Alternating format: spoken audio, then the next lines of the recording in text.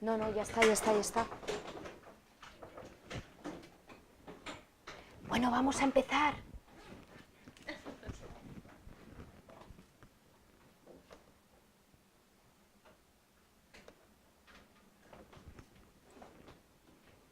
Bueno, pues bienvenidos en casa, bienvenidas aquí, que estamos en Familia Femenina. Vamos a ver hoy, bueno, lo hemos llamado una road movie del libro, vamos a ver todo el proceso de producción del libro, un poco así a modo de película. Y tengo también para enseñaros pues algunas cositas de papel, que pasaré también por ahí, para que pongamos un poquito de tacto en casa tacto virtual, pero aquí tacto físico, a la road movie del libro. Bueno, pues empezamos sin más, ¿por dónde? Pues por el principio, por el original y el comienzo del viaje. El original, que suponemos que ya nos llega en un formato electrónico, en un archivo. Digo suponemos porque todavía quedan viejas glorias que no se llevan bien con el ordenador, aunque son pocas, y nos pasan los textos. Hombre, manuscrito ya es difícil, pero todavía he tenido yo que trabajar con textos de alguna Olivetti. O sea, que todavía eso ocurre, es verdad que cada vez menos, así que lo normal es que nos llegue normalmente en Word, aunque nos puede llegar en algún otro formato de código abierto, de algún procesador de textos. Y bueno, lo primero que tenemos que tener en cuenta es que este original, antes de llegar a la publicación, va a tener un proceso de edición que va a llevar una serie de etapas, y esas etapas van a depender de las necesidades que tiene ese texto. Así que siempre lo primero que tenemos que hacer cuando vamos a producir un libro, puesto que puedes tener una naturaleza muy distinta y un potencial muy diferente, es estudiar qué tipo de tareas va a requerir tanto el texto como luego pues el tratamiento digital o en papel, y seleccionar la mejor forma en la que puede terminar ese original. Dentro de las primeras tareas del proceso de edición tenemos algunas normas, como por ejemplo la presentación de originales, que en algunos casos no siempre vienen al caso, pero en algunos libros sí. ¿Cuándo? Bueno, pues la presentación de originales es cuando nos requieren, cuando nos han pedido un original de una manera determinada y tenemos que ajustarnos a una serie de normas. Las normas de presentación de originales, que a veces se comparten un poco también y comparten contenidos con las normas de preparación de originales, lo que tienen de diferente es que la de presentación de originales es un trabajo que hace el autor, porque el autor tiene que presentar el original bajo esas condiciones.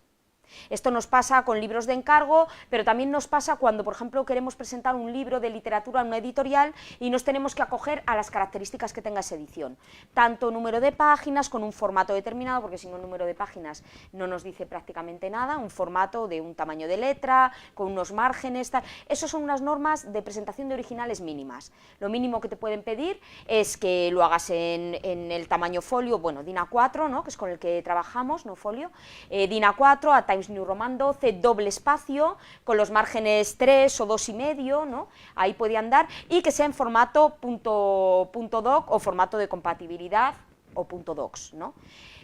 Eso es lo mínimo, pero en realidad, de todas las normas de preparación de originales, podemos volcar todas las que el autor sea capaz de hacer, o casi todas, a presentación de originales, porque le podríamos pedir, por ejemplo, que ese libro estuviera no solo escrito en Word, sino que tuviera una especie de formateo con los estilos de Word. Entonces le podríamos decir, el libro se tiene que presentar con tales estilos de Word aplicados, un estilo para los títulos que tenga estas características, negrita, espacio antes, espacio después, bien, o otro estilo que fuera texto, que tuviera Times New Roman, 12, doble espacio. ¿Cuándo, en qué tipo de ocasiones ocurre eso, en qué tipo de casos? Bueno, pues por ejemplo, la revista especializada universitaria, las normas de presentación de originales son prácticamente ya una maquetación. Van clavadas. ¿Qué pasa? Que a esos autores se les puede exigir ese tipo, y aparte acortas muchísimo los tiempos de producción y de edición, de editing dentro de la editorial, se les puede exigir pues porque tienen ese dominio, ese control. Lo normal es que a lo mejor a los autores no se les exija tanto, pero dependiendo de si esos autores nutren recurrentemente una determinada colección, un determinado tipo de textos, pues esas normas se pueden volcar. En realidad son todo normas que pertenecen al trabajo de edición, lo que pasa que algunas las hacemos de forma inconsciente, como lo de seleccionar el tipo de fuente y los márgenes en Word, que lo hacemos para todos los documentos, pero es una forma de editarlos, son condiciones de edición también. Bueno, una vez que hemos comprobado que ese original cumple esos requisitos de presentación de originales, entre otras cosas, porque si por ejemplo no cumple el número de páginas, pues a lo mejor no puedo publicarlo en la colección, porque esa colección va muy ajustada de precio y debe tener un número determinado de papel para poder salir al mercado. O a lo mejor he considerado las dimensiones del libro, tanto el grosor como el ancho como el alto, y si tiene más páginas se sale de ahí. En fin, diferentes características pueden hacer que a lo mejor un libro, solamente por la cuestión de que no cumpla esas normas de presentación de originales, no pueda a lo mejor pasar el filtro. Evidentemente las editoriales tienen ya otros filtros temáticos, de catálogo, de línea editorial, que ya pertenecen un poco al contenido, ¿no? Y que también evidentemente pues tienen que pasar. Bueno, si un original no pasa la presentación de originales, hay dos opciones: devolverlo al autor o asumir lo que el autor no ha hecho. Dependiendo de cada caso, pues la editorial podrá actuar de una manera o de otra. Aquí ya, una vez que ha pasado el filtro de presentación de originales, ya entra en la editorial y ya empieza la responsabilidad del trabajo editorial, que empieza por detectar las necesidades que tiene ese texto. No todos los textos son iguales, hay algunos, puedes hablar de necesidades mínimas o incluso de decir, vamos a potenciar este original y a darle pues un tipo de recursos, por ejemplo, un libro de relatos cortos en los que quiera trazar una ruta de lectura diferente a la que tengo en el índice. Podría maquetarlos a lo mejor del derecho, del revés, del derecho, del revés, ¿vale? Para dar ese aire al libro de tener que andar girándolo a la hora de leer. Puede ser algo que vaya con el contenido del libro, o puedo elegir dar un formato de 2 colores para marcar de alguna manera. Bueno, todos tenemos, a lo mejor, o muchos, tenemos esa edición maravillosa de Alfaguara, La historia interminable, con 2 colores, ¿no? A lo mejor puedes detectar, esto lo podemos hacer así, ¿no? Y las 2 voces que hay en este libro pueden ir a 2 colores, o no, porque no me llega el presupuesto. Las necesidades pueden ser las básicas que tenga ese libro, o todas aquellas que yo pueda y quiera añadir, pueda por presupuesto y quiera, porque también el autor esté de acuerdo con ello o le parezca conveniente. Del fruto del análisis de esas necesidades del texto, lo que van a hacer es la planificación de la ruta editorial, que en realidad es como un cronograma. Los que habréis estudiado gestión de proyectos, lo que pasa que no aplicamos el calendario. Es simplemente esa primera fase que hacemos para planificar un cronograma, como vimos también en la primera charla, que son el reparto de tareas, todas las tareas por las que va a pasar ese original. Luego ya, si hacemos cronograma, pues le pondremos unos tiempos, ¿no? Pero lo primero que tenemos que tener claro es todo lo que vamos a aplicar, todo el trabajo que vamos a aplicar a esa obra. Y cuando tenemos la planificación de la ruta editorial, entonces ya entramos con las tareas de edición del texto, edición del material gráfico y producción, por este orden. La verdad es que la edición del texto, ahora vamos a ver, y la edición del material gráfico van un poco paralelas. Aunque empieces antes con la edición de texto, tienes que empezar a trabajar las imágenes y a seleccionarlas, a hacerlas, a conseguir los permisos, ese tipo de cuestiones. Dependiendo, hay veces que las imágenes pueden proceder de un banco de imágenes que podemos pagar perfectamente, se pueden pagar, son más económicas, pero también son más estándar y están más utilizadas a lo mejor en otros proyectos. En el caso de que sea un banco de imágenes, pues claro, habrá que seleccionar a la vez que estamos detectando las necesidades que tiene ese texto, pues habrá que seleccionar cuántas fotografías, con qué temática, que tiene que aparecer en cada una de ellas, y alguien puede empezar a seleccionar ese material mientras otra parte del equipo empieza con la edición del texto. Si el material gráfico hay que hacerlo de cero, hay que salir y hacer las fotografías, pues también hay que empezar cuanto antes mejor, porque eso también lleva mucho tiempo. Así que de alguna manera tenemos los procesos de edición de texto y los de material gráfico que pueden empezar perfectamente de forma paralela. Son 2 departamentos diferentes, son 2 profesionales diferentes con unos conocimientos distintos, y bueno, pueden trabajar perfectamente en paralelo, ¿no? al mismo tiempo. En cuanto a la edición del texto, bueno, pues el tipo de cuestiones que vamos a tener que tener en cuenta es, primero, y la primera de todas, el contenido. Porque si hay que hacer algún cambio en el contenido, bien porque queramos pedirle al autor ciertas cosas, o porque queramos añadir, o porque el contenido en ciertas partes haya que revisarlo, o porque queramos apoyarlo con una revisión de un especialista, lo que queramos hacer del contenido tiene que ser lo primero. Estoy hablando también muy en general de todos los tipos de libro, los libros que son de encargo editorial y que no tienen una autoría al pie de lo que se escribe, la autoría es simplemente se ha encargado el contenido, es una responsabilidad sobre el contenido, pero no figura autor porque el autor es la editorial. Bien. Ese tipo de textos, pues el contenido a veces requiere bastante trabajo a la hora de terminarlo porque se han cargado contenidos diferentes a distintos profesionales y eso hay que unirlo. Todo eso que tiene que ver con el contenido va a ser lo primero porque es lo que implica un cambio cualitativo y cuantitativo más grande en el texto. Luego es lo primero, tenemos que empezar a construir la casa por la base. Lo que más cambio implique y con mayor profundidad es lo primero que hay que hacer, para no pisar los cambios y las correcciones. De ahí, del grueso, tenemos que ir avanzando hacia las correcciones, las intervenciones más finas y que menos cambios provocan alrededor del propio cambio que hayan generado, para conseguir pues, no pisar unas correcciones y otras. Evidentemente, bueno, antes incluso que el contenido, el idioma, ¿no? Si es una traducción, pues lo primero que hacemos es la traducción. Después iríamos al contenido.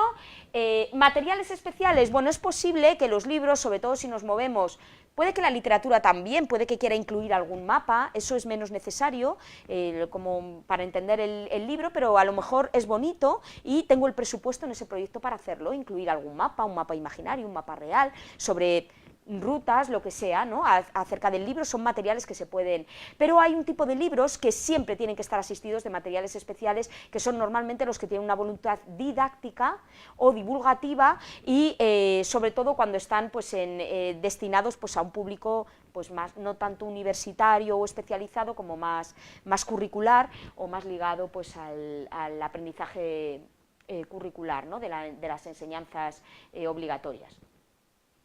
Los materiales especiales pueden estar dentro del texto, pueden ser tablas, pueden ser gráficos, infografías, mapas, o pueden estar aparte del texto, como por ejemplo puede ocurrir con los índices.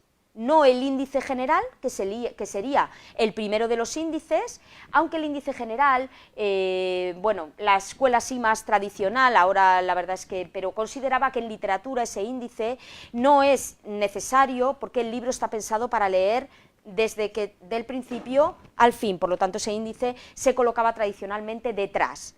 En el resto de los libros divulgativos, de consulta, didácticos, se entiende que el lector puede necesitar consultar un orden diferente o simplemente acudir a una parte determinada y entonces lo colocamos al principio por cortesía para que lo tenga disponible desde el inicio del libro. Bueno, ese índice general no me refiero a él, o el índice de principios generalmente, aunque existe esa excepción de colocarlo atrás, sino al tipo de índices que van al final, que son los índices toponímicos, antroponímicos, índices de materias, índices en general, sí, de nombres, ¿vale? De nombres.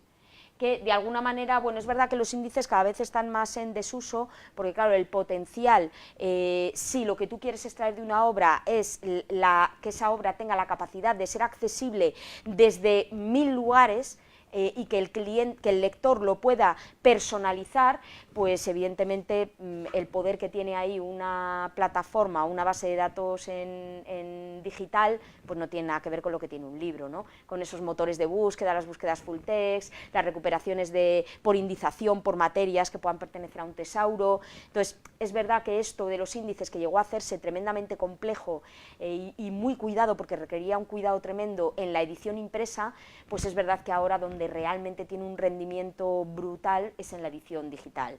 De hecho, dicen que las enciclopedias han muerto, ¿verdad? Ahora ya son todas digitales, las enciclopedias en papel, por ese poder que tienen y porque evidentemente es mucho más económico en la potencia de imágenes y de generación de materiales, y mucho más libre para quien accede a la información. Bueno, una vez que tenemos esto, o mientras trabajamos en los materiales especiales, los índices tendríamos que tener en cuenta, por un lado, el tratamiento de la lista de palabras, y luego lo que sí haríamos en el último momento sería la referencia a la página, porque para eso sí que necesitamos tener una maquetación. Hay veces que hacen cálculos de tantas páginas más, pero En realidad necesitas la maquetación para saber en qué página ha caído. Y empezaríamos un poco con las correcciones. Pasada esta corrección de contenido editorial o de concepto, que solemos llamar, pasaríamos, y la corrección de traducción posible, que a lo mejor a veces también en determinados casos es necesaria, pasaríamos a las correcciones que más conocemos todos, la corrección de estilo primero y la ortotipográfica luego. La corrección de estilo suele hacerse en Word, siempre. Puede haber algunos casos excepcionales en los que el autor tenga que ver el contenido en Word, evidentemente activamos el control de cambios. Si hay alguna razón muy especial, pero son correcciones ya muy pequeñas que puedan darse en estilo, porque los formatos no editables en estilo no tienen mucho sentido, porque el estilo supone una edición relativamente profunda en el texto, pero bueno, lo solemos hacer en Word. Y luego la ortotipografía, la verdad es que trae a cuenta hacerla en Word siempre que se pueda también. ¿Por qué? Porque si esperamos hacerla una vez maquetado el libro, esos cambios ya tienen que ser introducidos, salvo que nuestro corrector pueda corregir en un programa profesional de maquetación, como puede ser InDesign, siempre tendrá que ser el maquetador el que los introduzca. Y ahí normalmente lo que tenemos es un cuello de botella en el proceso de producción del libro en el maquetador, ¿no?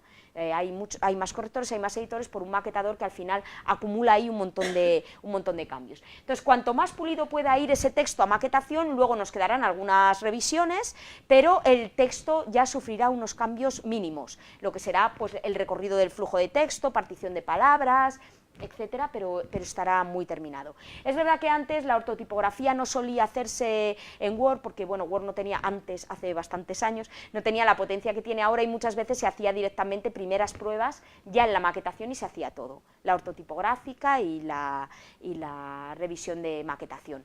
Ahora la verdad es que, salvo pues una cuestión de privacidad, de que el contenido a lo mejor sea muy técnico, muy específico y no se quieran arriesgar a que se produzca ningún desajuste, pues te pueden hacerlo, a lo mejor te pueden pedir en PDF. Evidentemente el volumen de cambios tiene que ser sensato, porque si no en PDF podemos morir para hacer una corrección muy intensiva, aunque sea ortotipográfica, que requiera un texto que requiera muchísima corrección. Bien. Esto sería, por un lado, la edición en general del texto, el proceso de edición con el texto, y aquí tendríamos el de material gráfico, que puede incluir la parte del contenido interno, la selección, la generación de imagen y el tratamiento que puedan requerir, porque algunas requieren también su tratamiento, y luego otro material gráfico importante es el que va en las cubiertas.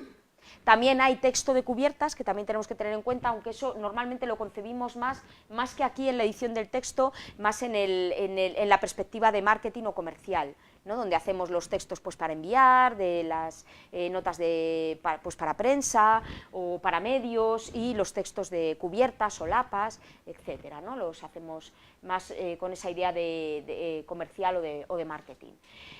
El material gráfico de cubiertas, claro, a veces está muy ligado a la estética de una editorial. Ahora cada vez más con la autopublicación, pues las cubiertas son más libres, y muchas editoriales apuestan también por un diseño único y totalmente diferenciado de cada una de sus cubiertas, ¿no? Y aquí pues hay un poco de todo, donde prima más la imagen corporativa o donde prima más el diseño de cada uno de los libros. Y una vez que tenemos, mientras estamos trabajando en el material gráfico y ya hemos conseguido montar todo el contenido interno uniendo el texto y la imagen, pues pasaríamos a la parte de maquetación. En la parte de maquetación hay que distinguir dos cuestiones que, bueno, por la facilidad que generan los programas de maquetación, pues en muchos casos prácticamente lo concebimos como un mismo movimiento, que es el diseño y la maquetación. El diseño del interior de un libro, pues si estamos en una novela, pues el diseño, pues, hombre, lo podemos complicar, pero básicamente lo que necesitamos es una plantilla como lo podemos hacer en Word. En un Word. Son esas características de una caja de composición, unos márgenes. Es verdad que, por ejemplo, incluso una obra literaria crítica, que tenga hojas de notas, ahí ya se complica más, porque claro, ya tenemos una distribución, a veces las notas ocupan hasta más que la zona del texto, ¿no? Pero bueno, en realidad, en esos casos en los que la maqueta es tan sencilla y se reduce a una plantilla y a un conjunto de estilos, que ya están predeterminados porque pertenecen a esa colección de la editorial, bueno, pues ahí no vemos el diseño por ningún lado, el diseño es ese.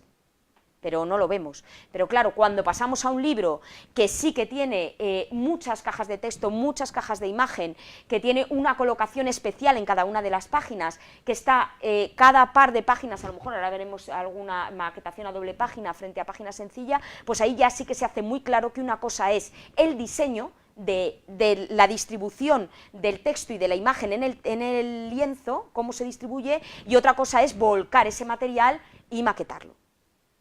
¿Vale? Ahí ya sí que se ve más claramente la diferencia entre el diseño y la maquetación. Muchas de las cuestiones de maquetación vienen determinadas por la colección, si no, pues hay que determinarlas, como el formato que vamos a elegir, la tipografía, ¿vale? Diseño y arte final cuando se requiera un diseño, aparte de la maquetación. Tenemos conceptos como, por ejemplo, el color tipográfico, que frente a otros tipos de diseños en los que la importancia es la distribución de las cajas de texto más pequeñas y la imagen y el equilibrio y la sensación que generan, ¿no?, atrayente o no para el lector, cómo lo van dirigiendo por la página y cómo destacan, hay un concepto, el color tipográfico, que tiene una importancia fundamental en los textos que están compuestos a línea tirada, es decir, por ejemplo, la literatura o los libros de ensayo, que bueno, pueden tener imágenes o tablas, pero hay una caja de composición en la que fluye todo el texto, un poco como hacemos en Word. ¿Vale? Esa idea del texto que fluye por toda una caja de composición por toda la caja de composición hasta el final. El color tipográfico es la distribución que hay entre blancos y negros en la mancha de texto, y es fundamental porque cualquier perturbación, cualquier extrañeza, cualquier elemento visual que destaque del texto, lo que va a hacer es despistarnos del contenido de la lectura. Prácticamente el color tipográfico lo que requiere es hacer desaparecer las letras de nuestra vista, justo la gran pesadilla para los correctores ortográficos, ¿no?, que lo que no tiene que hacer es desaparecer eso de su vista nunca. Bueno, pues para el lector precisamente lo que tiene que conseguir es ese equilibrio amable, cortés y bonito, de manera que el lector no tenga que estar pensando ni se le perturbe ninguna. ¿Qué es lo que nos estorba? Pues por ejemplo las secuencias de palabras repetidas, cuando aparece un qué seguido, que ahí parece que se te va el ojo, las calles, ¿no?, que pueden quedar recorridos en blanco, que pueden quedar entre el texto tiene que estar construido como un muro, con todos sus ladrillitos, y que las juntas no caigan una debajo de otra, ¿no? Por ejemplo, al final de la línea, ¿no?, en la partición de palabras, que haya muchos guiones, o que se repitan muchos artículos, de manera que se genere una calle en blanco. Ese tipo de cuestiones lo que hace es fijarnos en el texto y sacarnos un poco de la lectura, de lo conceptual, ¿no?, que estamos ahí. Por supuesto también los cortes de palabra que son molestos o malsonantes, o que se prestan a chufla, ¿no?, ese tipo de cosas, pues también porque hay que no verlos, ¿vale? Tiene que haber una conexión entre el contenido y el cerebro, de manera que el ojo lea de forma automática, justo lo contrario que en la corrección, que seguro que allí y aquí pues somos muchos correctores, ¿no? Muy bien, pues viéndolo así un poco en mapa, vamos a pasar a la parte en la que nos concentramos en el texto, el editing o preparación de originales. Esas preparación de originales, fijaos que por ejemplo cuando hablamos de los libros de estilo también, pues muchas veces dentro del libro de estilo lo que tenemos es un apartado de presentación de originales, un apartado de preparación de originales. La idea de que haya una preparación de originales, un corpus de preparación que pueda servir para todos los libros que se hagan en una determinada empresa, aunque luego haya algunos epígrafes que se refieran específicamente a una colección u otra, es que todo el mundo trabaje en la misma dirección. Que todo el mundo trabaje en la misma dirección, que todo el mundo sepa qué paso ha tenido ese libro antes, por dónde ha pasado y a dónde va. De manera que el trabajo siempre sume, no haya en la misma dirección, no haya idas y venidas de hacer y deshacer trabajo por parte de todos los que pueden trabajar con un determinado original. Bueno, partimos del texto electrónico, la serie de componentes gráficos que tenemos. Luego pueden aparecer otros problemas específicos, como por ejemplo la bibliografía. La bibliografía, o tenemos unas normas para citar la bibliografía que los autores pueden seguir o no seguir, pero luego eso se tiene que corregir conforme a unas normas. Es verdad que ahora se ha extendido mucho los formatos que nos vienen del mundo anglosajón, MLA, APA, Vancouver, un poco menos extendido, pero bueno, Chicago Turabian. Y ahora se mueve mucho, durante mucho tiempo, todos esos formatos en España no se utilizaron, todos esos estilos de referenciación no se utilizaban. La bibliografía era un poco un campo de batalla que cada uno creía que citaba con la verdad absoluta y cada uno citaba de una manera distinta, ¿no? Era un poco así. Se usaba mucho el sistema de nota al pie, de cita bibliográfica con nota al pie, sí que había más o menos unas costumbres en el orden que teníamos que seguir. Lo más probablemente, en lo que había más convención de todo era en el uso de las abreviaturas típicas de cita de referencias bibliográficas, pero evidentemente ahora es imperdonable que trabajemos con un original y no tengamos que tenga bibliografía y no tengamos una manera de citar uniformemente esa bibliografía dentro del mismo libro. Y claro, esto los correctores lo sabéis, cuando no hay, pues os toca unificar aquello como se pueda, ¿no? Bien, entonces hará falta ese tratamiento de las citas bibliográficas y también de las citas textuales, porque claro, las citas textuales no solo tienen un problema de maquetación que hay que resolver, como lo hago es muy frecuente, por ejemplo, que cuando la cita es muy larga, digamos, la extraemos del texto en el que está inserta y la maquetamos aparte. Le damos una serie de rasgos diacríticos, diferenciadores, como más sangría para hacer un párrafo más estrechito, o a lo mejor una tipografía de un tamaño menor, dejamos un espacio antes, un espacio después, ¿no? En esos casos eliminamos las comillas, pero puede llevar ese tratamiento o puede no, es una decisión que hay que tomar y que también tiene que ser uniforme en el libro. ¿También para qué? Para ayudar a la comprensibilidad de ese texto y para impedir la extrañeza o la sorpresa del lector que espera encontrar, una vez que ha encontrado un tratamiento determinado, todo así, y le despista encontrarlo de múltiples formas, ¿no? Bueno, también necesitamos normas que, bueno, con las citas textuales, perdón, que también he dicho, es importante saber cómo vamos a reconocer a quién pertenece esa cita, claro. Desde la cita en el texto, las palabras textuales, hasta la referencia bibliográfica, tiene que haber un puente. Y ese puente tiene que ser cómo al lado de las palabras pongo a su autor y la obra de donde ha salido. Eso es fundamental porque toda cita tiene que tener su precedencia. También por temas de derecho de propiedad intelectual y también por el reconocimiento que todo autor merece de algo en lo que yo me quiero a lo mejor apoyar o el autor se quiere apoyar, pero que evidentemente no le pertenece a ese autor. Las tablas y los cuadros igual, que tenemos que tener unas normas que tengan que llevar en maquetación, también hay unas normas que tengan que estar en cuanto a los textos que los acompañan, cómo tenemos que reflejar las fuentes, a lo mejor de donde han salido esas tablas o esos gráficos o esas infografías, o los títulos, la numeración que llevan, qué tipo de secuencia vamos a seguir. Cuanto más didáctico, más voluntad, más finalidad didáctica o de consulta tenga el libro, más frecuente es que tenga una numeración más compleja, con la referencia al capítulo, con la referencia, ese tipo, o fuentes, o incluso notas al pie explicativas, ¿no? Todo eso también requiere una serie de normas que tienen que estar en algún lado escritas en la preparación de originales o recaen sobre el corrector que haga ese trabajo y que tenga que tomar decisiones, unificar y ponerlo en su hoja de notas.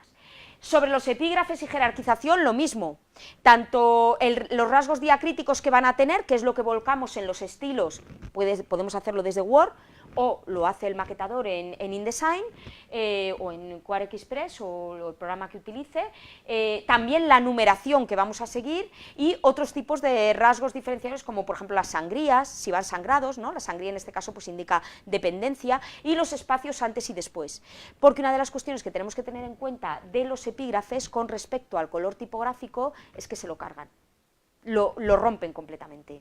Entonces, al poner una concentración de negrita en un texto que normalmente, además puede ir en mayúsculas o tiene una tipografía más grande, un tamaño más grande, generamos la atracción del lector automáticamente hacia ahí con respecto al texto que queda en un segundo plano. Eso requiere un blanco antes y un blanco después para equilibrar esa carga de negrita y para relajar también la vista y el ojo y tratar de compensar un poco el color tipográfico. Siempre el blanco debe ser mayor con respecto a lo que precede que a lo que acompaña, porque el epígrafe siempre va con lo que viene a continuación, pero marca un punto de inflexión con respecto al texto anterior, porque ya pertenece a otro apartado. Los pies de fotos, pues lo mismo, tienen que tener un tratamiento, una forma si cursiva, no cursiva, como los tenemos que hacer. Los índices, que ya hemos hablado también de ellos, los índices también podían tener otras características, como por ejemplo, en un índice podríamos tener palabras que recuperáramos porque aparecen en un mapa, o en una infografía, o en una lámina, o en una ilustración. También podía ser que esos, a lo mejor por ejemplo un nombre o un término tuviera un apartado dedicado, o simplemente podía aparecer en el discurso general. Bueno, pues en los índices eso se podía destacar dando un recurso diacrítico. Esta palabra cuando aparece en negrita es porque en realidad lo que vas a encontrar si vas a verla es que está en una imagen, es una imagen, o aparece en una infografía. Si lo encuentras en regular, en un texto normal, sin recursos diacríticos y en redonda, pues es porque aparece dentro del texto. Bueno, pues todas esas complejidades hay que fijarlas o tratarlas. Los intercalados de todo tipo que pueda haber en el texto, los grafismos que utilizamos para las listas, para las viñetas, ¿no? que llama Word, o los destacados que puedan aparecer en determinados ladillos, textos secundarios que aparecen a los lados, o actividades, o otro tipo de maquetaciones diferentes, apartados con maquetaciones diferentes, pues también tienen que tener un tratamiento. Las notas a pie de página también tienen que tener unas condiciones y un tratamiento, y las referencias internas, dentro, no externas como sería la bibliografía a otras obras, sino las referencias cruzadas dentro de la obra a otras partes de la misma, pues también tienen que tener una cadencia en la que se producen, pues si voy a decir véase tal, o voy a citar con algún rasgo diferenciador en negrita o en mayúscula, si lo cito por capítulo, por página, etc. Bueno, con todo esto también, claro, evidentemente no todos los libros tienen todas estas necesidades. Esto también va a repercutir en ¿qué? Pues en cómo voy a trazar las correcciones. No va a ser igual la corrección ortotipográfica de un libro que no lleve prácticamente nada de esto que de un libro que lleve todo esto, porque la corrección ortotipográfica y de maqueta va a ser muchísimo más fuerte, con mucha más carga de trabajo. Hay muchos más elementos que hay que revisar, ¿no? Así que un poco con todo esto y con mis normas y con lo que necesita el texto es como elaboro la ruta, ¿vale? Y paso a planificar el orden de todas estas tareas. ¿Cuál es la cronología de estas tareas, el orden cronológico que tengo que seguir? Bueno, pues ahí seguimos con el tratamiento del texto, recepción, preparación, corrección de estilo, procesos de cierre, corrección ortotipográfica, procesos de cierre. Esto de procesos de cierre, los de gestión de proyectos, pues ya sabéis, un poco lo que va, siempre el chequeo de que todo ha ido bien, de que se puede pasar a la etapa siguiente y de que el contenido de esa etapa está cerrado y perfecto. De ahí pasamos a la parte de preimpresión, por ejemplo, ilustración o digitalización de ilustraciones. Antes se ha hablado de imágenes, de bancos de imágenes o de fotografía, pero evidentemente también puede haber una ilustración. Si hay ilustración y hay que encargarlas, pues claro, hay que contar con el tiempo de dedicación a hacer la ilustración y con el tiempo de digitalización, porque luego hay que digitalizar esas ilustraciones con unas garantías pues de color, de tamaño, ¿vale? Para poder incluirlas en el texto. ¿Se puede empezar el diseño de interior antes de tener las imágenes o las ilustraciones? Bueno, si el diseño es muy fijo, sí, porque puedes tener el tamaño que van a tener esas imágenes. Bien, pero realmente tiene que ser un texto que pueda planificarse muy bien, porque a veces necesitaremos que el texto caiga al lado de una imagen y a lo mejor esa imagen pues importa menos el tamaño que tenga, más pequeño o más grande, pero sí que caiga al lado de un texto determinado. Sí se puede hacer, pero tienes que tener en cuenta muchas variables, y sobre todo del texto y de la maquetación, y tener un diseño muy bueno de maquetación que te permita considerar todo eso. Una vez que tenemos texto e ilustraciones, sí que podemos, en ese caso, sin ningún problema, hacer el diseño e incluso volcarlo para ver ya cómo resulta ese diseño. Pasaríamos al diseño de cubierta y ya a la maquetación lo volcamos todos y realizamos la cubierta. Esta es la etapa de preimpresión, que tiene una serie de revisiones, ¿vale? Ya hemos terminado a lo mejor con aquí podríamos tener tenemos de hecho la revisión de maquetación, que es imposible hacerla si no está maquetado, claro, y podríamos tener a lo mejor una última ortotipográfica para terminar de leer un poco todo, ya con la maquetación hecha, con todo, podría ser una segunda revisión ortotipográfica. En cualquier caso, en este punto, hay un punto antes, tras una corrección de estilo, que es más que conveniente, recomendable, yo diría que es de justicia que el autor la vea, una revisión de autor. Porque la corrección de estilo, en el caso de que la obra no sea de producción editorial, que entonces es el propio comité editorial el que lo revise y ya está, pero si es una obra de autor, pues después de una revisión de estilo, lo lógico es que lo vea el autor, porque, bueno, pues también se pueden producir ambigüedades, malos entendidos, tiene que ver un poco en los cambios de estilo, cómo han ido, lo que sí, lo que no, cómo lo mejora, cómo lo enriquece o cómo...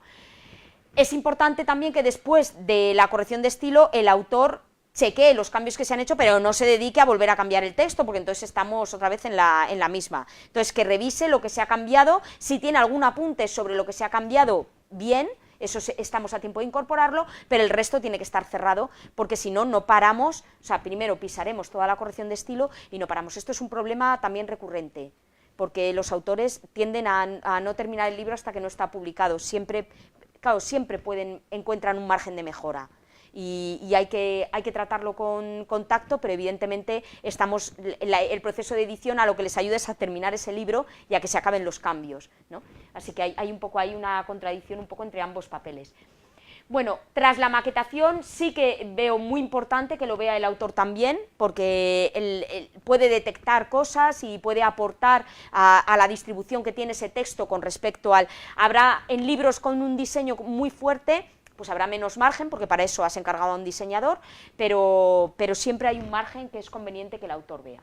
Las pruebas del autor, ilustrador o el fotógrafo y las pruebas del corrector, que estarían dentro de esta parte, bueno, podrían ser a lo mejor las últimas del autor y la del corrector, el ilustrador luego tendrá que ver, o el fotógrafo tendrá que ver las de color, ¿no? Podrían hacerse a la vez también, sí, lo que pasa es que luego hay un trabajo ahí de gestión importante para unar todas esas correcciones y que no se pierda ninguna. Si no, pues podría ser en ese orden. La inserción de las correcciones que se hayan podido producir aquí, que evidentemente pues ya, salvo la del corrector, que hará la maqueta y todo eso, las del autor ya tienen que ser nulas, como mucho que detecte algo así, pero ya tendría que ser nada. Y luego pues puede haber una revisión de segundas pruebas, sí, si se ha detectado puede ser de comprobación, de que se han introducido todos los cambios, o si se han detectado, se necesitan más, pues se pueden hacer todas las revisiones. ¿Hasta cuándo?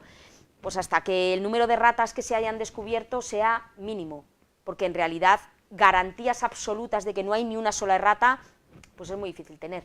Porque no, ese es el problema de la corrección aquí, igual también que le pasa un poco a la edición, es que a diferencia de otros trabajos, no tenemos un botón que digamos, funciona a la perfección, pues funciona. Entonces, la garantía absoluta de que está todo, pero claro, llega un momento en el que la cantidad de correcciones que hemos hecho en un texto ya son muy pocas y ya decimos, este libro está listo. Puede que haya alguna, pero ya ha pasado con creces el proceso de calidad y ya, bueno, aunque se haya escapado alguna, el libro está bien, ¿no? Conforme a esos estándares de calidad que le debemos al lector también. Y ya pasaríamos a la etapa de producción. La etapa de producción, bueno, en la etapa de maquetación aquí ya tendremos que diferenciarnos un poco si el libro, ante qué tipo de libro estamos. El proceso que hemos seguido es para un libro en papel o para un libro en un formato electrónico, pero para dispositivos de tinta líquida, ¿no? Para e-readers, pues de lectura, pues el Kindle normal, los EPUB, todos estos, no enriquecidos. Si el texto va a algún tipo de formato enriquecido del que leemos, por ejemplo, los EPUB avanzados que leemos en tabletas o en móviles o en el iPad o en esto, que tienen color, que tienen eventos, que tienen interacción, pues ya desde el proceso de maquetación nos estamos diferenciando. Los libros electrónicos que son solo de lectura, que son para esos e-reader, no llevan un proceso de maquetación muy diferente, llevan algunos ajustes, pero no llevan un proceso de maquetación muy diferente a lo que puede ser el proceso en papel. Sí que diferenciamos luego los formatos de salida en el programa, cuál va a papel y cuál exportamos a ebook, ¿no? Ahí sí. Luego, evidentemente, el ebook tiene unas características con unos ajustes de metadatos, de cuestiones que no vienen en el libro en papel, pero la maquetación no es muy diferente. Es verdad que hay que hacerle otro índice diferenciado, porque llevan dos, todo esto, pero no es muy diferente. Cada un libro planteado para un dispositivo que interactúa no tiene nada que ver con un libro en papel o con el otro formato, y ese evidentemente está pensado, siempre la carga de imagen va a ser muy superior, y ya en lo que tenemos que pensar en ese tipo de libros es en cómo vamos a disparar los eventos, por ejemplo, cómo se van a generar, qué va a tener cada página. Si aquí hay un sol y yo pulso al sol, pues el sol va a hacer así, se va a mover, entonces eso ya es completamente distinto del proceso del libro. Digamos que ese tipo de libros, bueno, que cada vez hay más diálogo entre las apps, los libros, los videojuegos, las aventuras gráficas, pues tienen que ser pensados de otra manera. Si llevan texto, el texto seguirá el tratamiento de edición, de revisión es igual, pero luego a la hora de interaccionar, el momento de diseño será brutal. Porque lo máximo que podemos imaginar un libro en papel en diseño, comparado con las necesidades de diseño que tiene un libro electrónico enriquecido, pues no tiene nada que ver, ¿no? Son muy superiores siempre. Bueno, aquí estaríamos en la producción, ante la elaboración de un PDF o de un ebook para e-reader de tinta líquida, y lo que tendríamos, bueno, pues en el caso del ebook sería, luego lo veremos porque lo desgloso, el tema de los metadatos y de los índices, y algún ajuste más que hay que hacerle para que se lea en todos los dispositivos, ¿no? Tanto de Apple como tema de fuentes y ese tipo de cuestiones.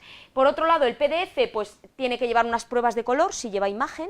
Las pruebas de color pueden ser muy sencillas, o si por ejemplo tenemos un ilustrador o un fotógrafo o es el catálogo de arte de un pintor, pues se pueden llegar a complicar muchísimo, porque claro, ahí la fidelidad con respecto a la obra artística que estamos reflejando, pues evidentemente tiene mucho que decir el ilustrador, pintor o fotógrafo sobre cómo su imagen se va a plasmar en ese libro, porque esa es la percepción de su obra que van a tener los lectores. Así que ahí se convierte en un autor revisando como el que más, ¿no?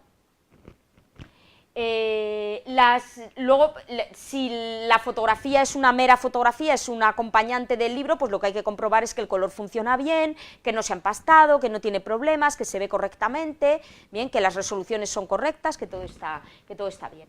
Ahí vendrían una serie de revisiones que llamamos cerros, que son las últimas revisiones que ya podemos hacer para dar el visto bueno y imprimir, es ya como la última oportunidad. En teoría aquí ya no tiene que cambiar nada. Bueno, luego todos sabemos que al final en esta etapa, desgraciadamente, nos entran las prisas por cambiar cosas, pero ahí ya tendría que estar todo perfectamente cerrado, y si el proceso se ha planificado bien y no ha habido ningún percance desastroso, los ferros ya hay que chequear por encima que todo está perfecto. Ya la verdad es que hay poco.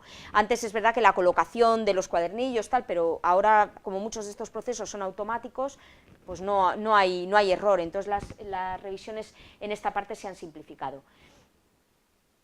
La revisión de capillas, que bueno, se ha quedado también como una última revisión, la revisión de capillas, si lo veis, bueno, estos son las capillas, estas casillitas negras, ¿no?, que hay aquí, capillitas negras. Estas son todo el 1 porque en realidad es todo el 1, es el mismo, a pesar de que está como encuadernado, es el mismo. Lo que van es, según va siendo cuadernillo 1, 2, 3, van bajando, y de esa manera pues revisas que está todo. Claro, esto ahora yo creo que errores no, voy a ponerlo aquí para que veáis, ahí, a ver si veis, las capillitas, aquí, los colores de el negro. Bueno, esta revisión también se hacía, es una revisión última, donde el libro pues ya está con su cuadernillo y pues ya miras, nada, todo tiene que estar ok, aquí ya no ha tenido que pasar nada. Aquí, por ejemplo, tenemos uno, que lo que pasa que no lo tengo en orden, pero bueno, faltarían ahí cuadernillos, pero sí se ve más cómo tiene que ser un poco la secuencia de las capillas. Aquí en medio nos faltan varios cuadernillos, por si queréis verlo un poquitín. Ahí. La impresión de cubierta, que se hace después. ¿Por qué se hace en este momento la impresión de cubierta? Bueno, es verdad que ya podemos calcular perfectamente el lomo que va a tener si tenemos el número de páginas y el gramaje del papel y la mano, el grosor que tiene ese papel, que ahora veremos. Sabemos más o menos lo que ocupa. La verdad es que hay cubiertas que se pueden hacer prácticamente desde antes, pues porque no llevan un lomo excesivamente ajustado, si el lomo es generoso, pero claro, otros libros el lomo va muy ajustado, a lo mejor el logo va muy pegado a los bordes, o el nombre del autor y del título, claro, cuanto más se acerque a los bordes, más maquetado, más diseñado, perdón, vaya ese lomo, tenga más carga de diseño, más difícil es calcular exactamente que no te corte ninguna parte. Esto puede pasar en general con la cubierta, ¿no? Cubiertas con un mismo color todo y que tienen un filete de texto muy fino en el lomo, pues a no ser que sea finísimo el lomo, pues no da mucho problema, pero claro, el lomo puede darlo. Sí, ¿cuándo realmente lo sabemos? Bueno, pues cuando ya tenemos en este momento el libro, ahí ajustar el lomo la mayoría de las veces se puede ajustar antes sin problema, ¿vale? Pero bueno, en casos a lo mejor hay que esperar casi hasta el final. La encuadernación y ya la revisión y aprobación de ejemplares, que ahí ya tiene que ser las felicitaciones. Ahí ya, si algo se descubre mal ahí, muy mal hemos ido. ¿Vale? Entonces, ese tipo de revisión, que eso ya tenía que pasar en los ferros, ¿vale? Pero no puede ser que aquí surjan fallos, ahí ya tiene que estar todo perfecto. De todas maneras, ha habido de todo, ¿no?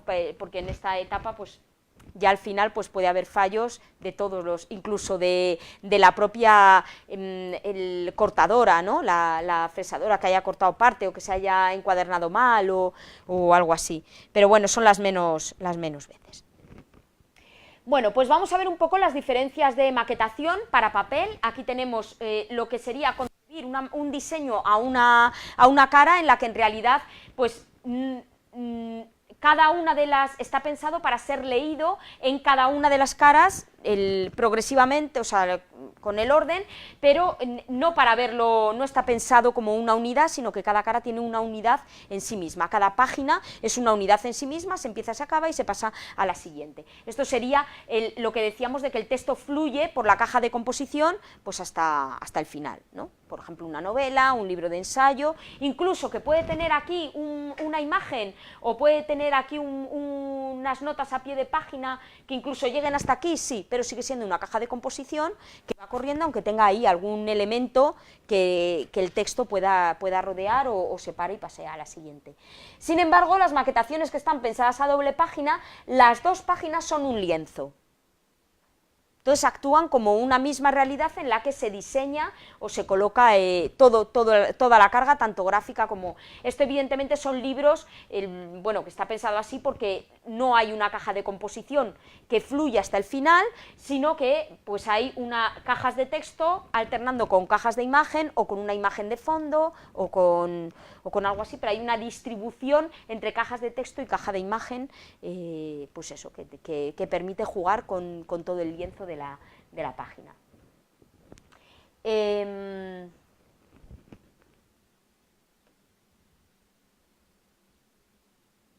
La maquetación para dispositivos digitales, pues aquí tenemos la maquetación fluida, que decíamos, el ebook admite imágenes, o sea, perdón, el e-reader, bueno, sí, lo que pasa es que se ven en blanco y negro, y claro, da muchos problemas, porque realmente lo peculiar que tiene este formato es que, a diferencia de lo que podemos hacer en una maquetación fija, no hacemos zoom, lo que hacemos es hacer más grande la letra.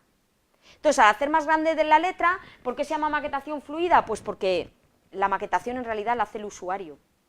Que si tú cambias el tamaño de letra, cambia toda la distribución del texto. Porque la maquetación es ajustarse, hay que imaginar que el e-reader es una botella y el texto pues es el líquido que entra en esa botella, dependiendo de la forma que le des, pues así, entonces simplemente es un continente. Si yo pongo un tamaño 14, pues se va a generar unos cortes de palabras determinados, las páginas van a contener texto hasta una determinada, entonces no hay un concepto página real. Es todo el libro, es una, y dependiendo del tamaño que ponga el usuario, pues va a aparecer partida de una manera diferente. ¿Qué le ocurre aquí a las imágenes? Pues que a lo mejor con un determinado tamaño de fuente pues coinciden bien, pero si no, ¿qué pasa? Pues a lo mejor me tiene que sacar la imagen sola y luego me deja blancos, porque con el tamaño de letra que he puesto pues no entra, o queda una línea partida, y queda una línea viuda, una línea huérfana. Claro, en este concepto de maquetación no puede haber líneas viudas y huérfanas, o sea, se pueden generar en cualquier momento, en cuanto cambie el tamaño de fuente.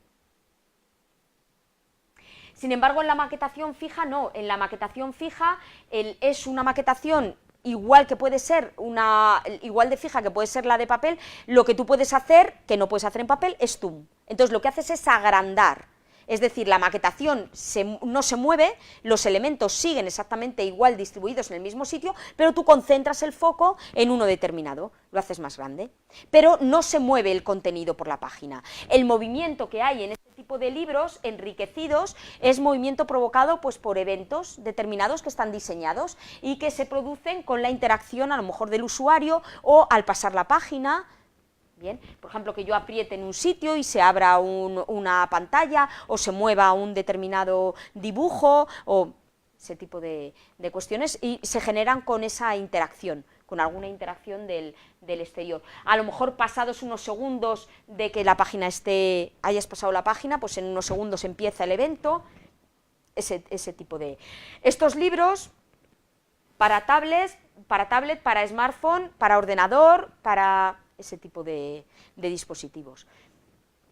El problema de este tipo cada vez, bueno, evidentemente es un triunfo y sobre todo con los textos que están destinados a ciertas finalidades como didáctica o divulgativa o donde la carga de imágenes es muy importante, pues claro, es una joya estos dispositivos y cada vez pues son más utilizados. El problema que tienen es que, bueno, pues de momento hay intentos de hacer un híbrido de manera que no canse la lectura, porque claro, estas pantallas despiden luz, esta no. Entonces, esta no cansa la lectura, es más parecido a una lectura en papel, pero esta sí fatiga. ¿Qué pasa? Que nos da igual. Nos da igual, seguimos leyendo en el móvil por la noche así, sin luz y con el pegado, pero claro, nos pasa la factura. Efectivamente. Entonces el intento es, lo ideal sería poder conseguir las dos cosas, pero ciertamente es difícil. No obstante, es verdad que los libros que hay aquí, por ejemplo, de lectura o tal, pues no tienen tanto texto en este tipo de maquetaciones, porque claro, si realmente lo que tienes es una abundancia de texto, pues vas a otro tipo de maquetaciones, de dispositivos, aquí lo que tiene muchísimo poder es la imagen. Pero sí es verdad que los libros, por ejemplo, didácticos, pues tienen mucho peso en texto y mucho peso en imagen. Entonces esos están ahí un poco, que si potencias la imagen, pues a lo mejor el texto es más cansado de leer. Y luego tenemos también plataformas digitales, ¿vale?, que tienen una interfaz determinada y ahí la maquetación pues depende de la interfaz a la que esté diseñada, ¿no?, el tipo de cajas que proponga y el tipo de maquetaciones y de diseños que tenga. Bueno, el papel, si elegimos un papel, la verdad es que el papel es una industria alucinante porque además antes había muchas más limitaciones dependiendo de si imprimías en digital o imprimías con el sistema de impresión indirecta, en offset, pero ahora el papel es impresionante las calidades, los acabados, la cantidad de efectos que puede tener, papeles metalizados, bueno, es una industria tremendamente artística, ¿no?, a pesar de que sigamos teniendo hasta el papel que compramos para la impresora o para fotocopias o cosas así, ¿no?, nuestro papel de toda la vida. Dos grandes diferencias, aunque en realidad el espectro y la creación puede llegar a generar un poco de todo. Bueno, y antes dos conceptos fundamentales del papel. Uno es el gramaje. El gramaje, a pesar de que muchas veces lo identificamos con el grosor, sobre todo antes porque ahora hay muchos papeles que han dado un poco el salto en eso y juegan con las diferencias de grosor en un mismo gramaje, se supone que es lo que pesa 1 metro cuadrado de papel. Normalmente los papeles que compramos en casa para poner en la impresora pues tienen 70, 75, 80 gramos, yo creo que el más habitual es 80 gramos. Si queremos abaratar un poco pues compraremos 75 o 70 y si queremos ahí un papel, si os gusta así más tal, pues compraremos 90, que también lo hay. Aunque la mayoría, si ahora os fijáis en las papelerías, el más abundante son 80 gramos, que es un poco el... Bueno, pues ese papel es offset, es papel offset, pensado en un principio para para ese tipo de impresión. Se dice que el papel offset es el papel de lectura, pero todo esto ha cambiado tremendamente, es un poco lo que inició la diferencia, pero ahora os voy a enseñar, porque la imagen cambia bastante en el papel offset. No voy a decir que quede peor porque muchas veces es un enfoque artístico y no es peor, pero queda diferente, sí que cambia un poco el resultado de la imagen. ¿Qué le ocurre al papel offset? Lo notáis enseguida porque es un poquito rugoso, ¿no? Al tacto es rugoso, no resbala. También, si por ejemplo con un papel offset hacéis así en la luz, no veréis brillos. Claro, en casa esto os va a dar igual que lo haga. Si lo hacéis con uno, que ahora os lo paso, pues veréis brillos, ¿vale? Este sería estucado.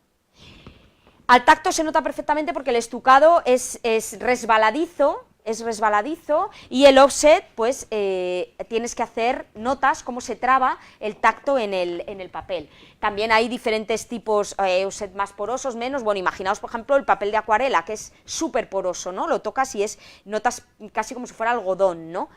Pues ese tipo de rugosidad. Y luego por otro lado, bueno, el gramaje sería, pues es 1 metro cuadrado de papel, pesa 80 gramos, pues eso es el gramaje 80. Luego por otro lado tenemos la mano, que es el espesor en micras que tiene el papel. Claro, normalmente un determinado gramaje pues produce un espesor, pero ahora hay muchos papeles que juegan con ese volumen, papel popcorn, ¿vale? Es un papel que en realidad pesa lo mismo, pero consigue un espesor mayor porque está hinchado. Esos papeles, ¿qué ocurre? Pues, por ejemplo, si tengo un libro de 500 páginas y tengo que hacer un envío internacional, pues evidentemente se reduce muchísimo el peso. Sin embargo, el grosor que tenga ese libro me va a dar la apariencia de un gramaje mayor. Lo hay en diferentes grosores para un mismo gramaje. Ahí, pues el hecho de que ahora la identificación entre el gramaje y la mano pues no sea automática. Hay algunos que tienen el espesor de un 80 gramos, pero a lo mejor son 70, ¿vale? Y eso lo hay tanto en offset como en estucado, ¿vale? En los dos. Así que bueno, jugando un poco con esos dos conceptos, para que veáis un poco la imagen, lo que le ocurre a los colores en offset, fijaros por ejemplo cómo quedan. Bueno, lo voy a enseñar un poco aquí, pero poco vais a poder ver en casa. Y aquí os lo paso para que veáis el resultado de la imagen, o por ejemplo los tonos cálidos, cómo quedan.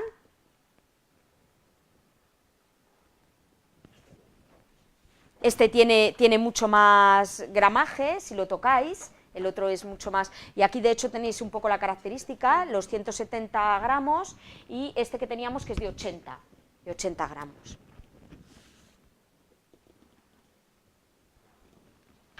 Y aquí, por ejemplo, 2, aunque este tiene muchísimo más gramaje, el que es offset, pues cómo queda la imagen y cómo queda en un estucado. A ver si se ve así bien las diferencias que pueda haber.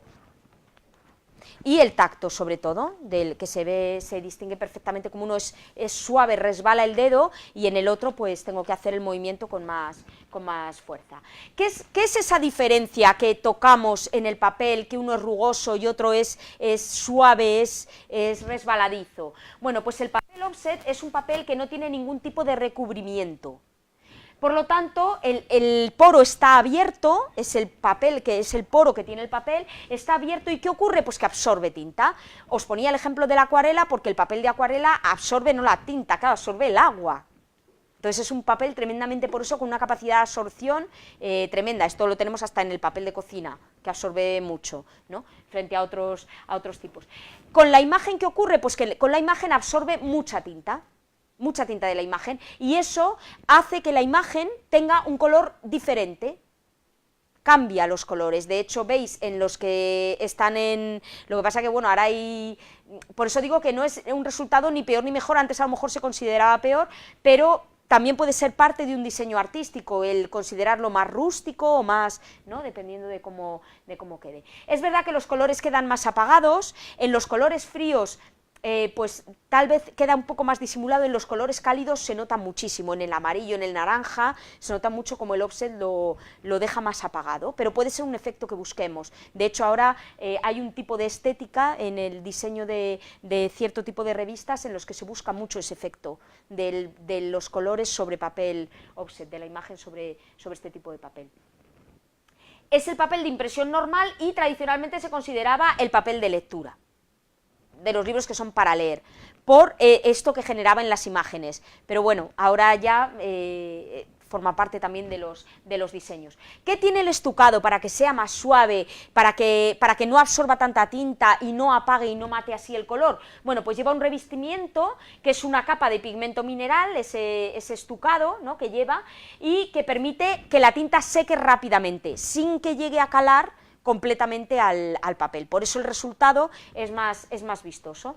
El proceso que aplasta los relieves del papel y los alisa con ese recubrimiento se llama calandrado. En función de cómo se haga este proceso y de la química, pues puede haber toda una gama de papeles, desde muy brillante, satinado, más mate, ¿vale? Para dar a este tipo de papel, pues aquí ya es impresionante el mercado que hay. Hay para elegir de todo tipo. Tradicionalmente es el papel que se utilizaba para la impresión de imágenes porque consigue mucha fidelidad del color y mucha potencia del color, no la potencia de un papel fotográfico, ¿vale?, que sería ya el papel profesional de fotografía, pero más que el offset. Y hoy en día pues queda también un poco, pues dependiendo de la finalidad del libro, del tipo de imagen que reproduzca, del diseño que quiera dar, y un poco ahí se pueden jugar con todos estos matices. ¿Vale? Luego es verdad que el papel también puede tener diferentes tonos, y aquí también hay cada vez más, no digo ya colores o otro tipo de efectos, como puede ser un efecto metalizado o efectos texturas, ¿no?, que también los hay de todo tipo, pero sí que dentro un poco de la gama de papeles para lectura, pues hemos visto con los que he pasado, hay unos más blancos, otros ahuesados, otros cremas, ¿no?, y ahí pues cada marca también de papel, cada casa, pues hace en sus papeles toda una gama. Eso es un tinte que se añade a la pasta de papel y puedes dar más, menos. Normalmente pues tenemos los ahuesados, son medio, o ivory, que llamamos también en inglés. Los naturales tienen un poquito, pero tienden más al blanco.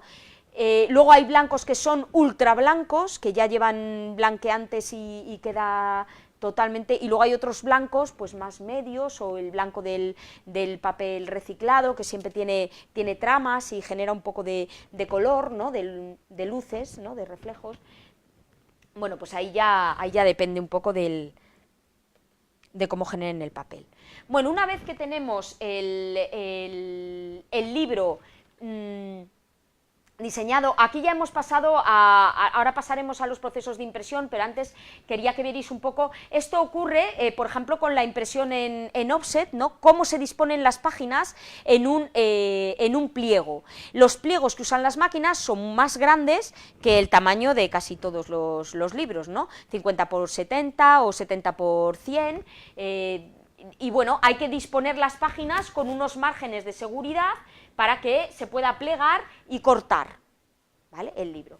Este sería el proceso de imposición, que supone colocar las páginas con el formato final que va a tener el libro, ese tamaño final, bueno, que va a tener las tripas, porque si la encuadernación la hacemos en tapa dura, puede haber una diferencia entre el tamaño de la encuadernación y el de las tripas del libro, que sería la ceja. Esos libros que tenemos todos de tapa dura, que tienen ¿no? Esto en rústica no puede ser, es una tontería, porque la cartulina de la rústica pues directamente se rompería y no sería contraproducente dejar esa ceja. Si no, pues será el formato de la página o del libro, en el caso de que sean iguales, y los márgenes de seguridad. Esta forma de distribuir las páginas con su numeración en una sábana de impresión, bueno, la cantidad de páginas que me salen, que es doble, ¿vale?, por un lado y por el otro, esto se llama unidad de tirada. La tirada es el paso de la sábana de impresión por la máquina, y esa sería la unidad de tirada, ¿vale? Bueno, pues os iba a decir, esto, el tipo de disposición que yo ponga, tiene que estar acorde con el plegado que voy a tener. ¿No os ha pasado alguna vez con los mapas? ¿Quién sabe doblar un mapa? Un mapa de verdad, de los que compras en las tiendas para irte al monte. Eso es imposible. Nunca vuelves a doblarlo como estaba comprado, ¿no? ¿Qué tipo de plegado lleva el mapa? Bueno, pues el mapa no, porque va todo uno, pero la forma en la que distribuyo va a depender también del plegado, porque claro, luego tiene que quedar en orden. Por ejemplo, aquí tengo esto, ¿no? Bueno, pues voy a seguir el plegado, que ya lo tengo trazado. Fijaos que aquí tiene esto, tiene aquí, esta es la tira de color con la que miden si ha salido bien o no ha salido bien. Luego tenemos también aquí las marcas de las pinzas de la máquina, ¿vale?, que están ahí en las esquinas, bien. Y aquí también pues tenemos estas otras marcas también que son del proceso de... Bueno, pues yo tengo esto está pensado para plegar, para plegar así, así, ¿vale?, y así. ¿Y cómo queda? Pues en orden, la 185, aquí, ahora lo voy a pasar, está la 186, 187, así que la forma que tengo de hacer esta disposición depende del tipo de plegado. Normalmente los libros los hacemos con un casado que llamamos regular, ¿vale? Pero aquí, por ejemplo, pues hay otros, y de hecho otro casado, aparte de los regulares, que utilizamos mucho, es el tríptico, que es en 3. Ese, por ejemplo, se dobla diferente. Aquí hay otro tipo de plegado que es diferente también.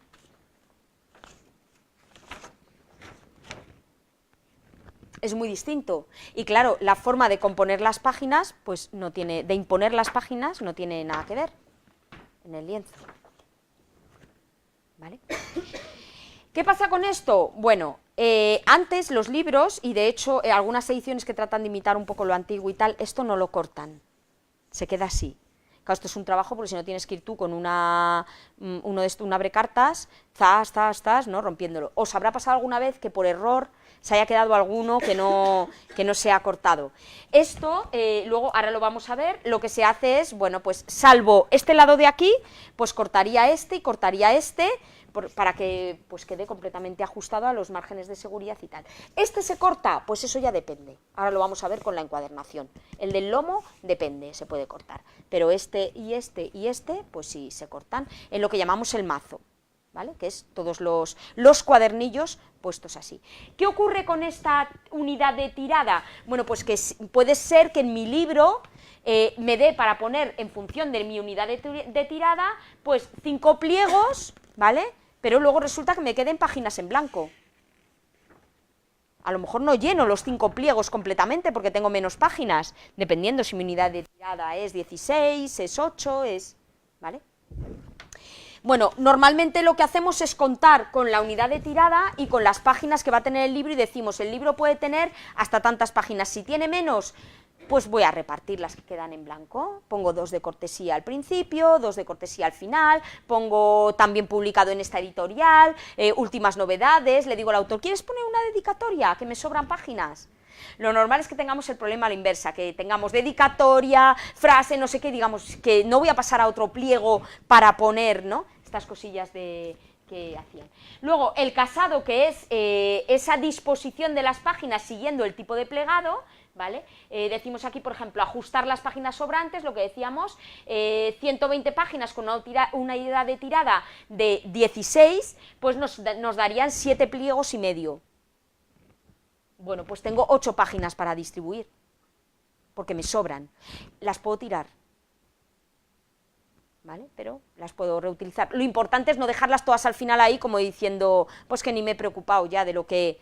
¿Vale? Si pues las reutilizo, puedo poner una portadilla, que tampoco es obligatoria, que precede a la portada y que solo tiene el título, puedo poner un colofón al final, puedo hacer algún tipo de invento, ¿no?, para rentabilizar eso y para que el libro quede redondo, pensado del principio al fin y no haya ahí un sobrante de páginas.